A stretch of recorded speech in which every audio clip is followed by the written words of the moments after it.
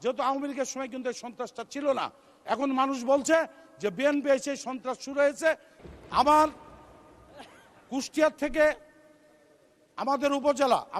আমার উপজেলাটি 667 বর্গ কিলোমিটার। এখানে 4টি ইউনিয়ন আছে, চর।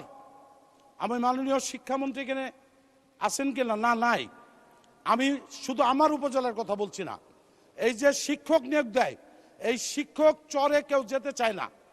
তাই চরের শিক্ষক তাদেরকে অগ্রাধিকার দিয়ে যখন শিক্ষক নিয়োগ দেওয়া হবে প্রাইমারি স্কুলে, তখন চরের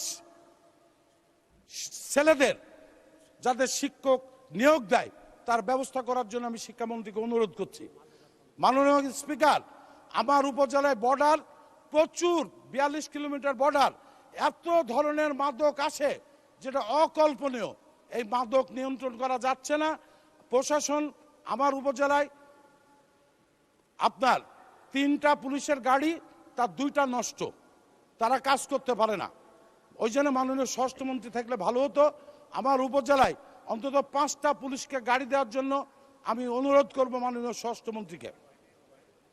এবং মাননীয় স্পিকার, আমার কুষ্টিয়া জেলার দৌলতপুর, নাটোর জেলার লালপুর, রাজশাহী জেলার পাগাচারঘাট, এইটা হচ্ছে বিশাল চর, এবং ওই চরে 2টা বাহিনী জন্ম হয়েছে, এবং তারা ওই চরের খাস জমি এবং হচ্ছে খড় এবং এই নিয়ে এবং বালিমহল নিয়ে কয়েকটি খুনাখুনি হয়েছে, যেটা আমার মাননীয় সংসদ সদস্য বাগাচারঘাটের আমার চান ভাই বলেছেন।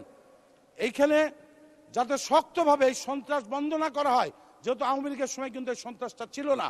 এখন মানুষ বলছে যে বিএনপি এসে সন্ত্রাস শুরু হয়েছে। যে কোনো মূল্যে আমি স্বরাষ্ট্রমন্ত্রীকে অনুরোধ করব, সে বিএনপির যে নেতাই প্রশ্রয় দিক, এই বালুমহল বন্ধ। ধন্যবাদ।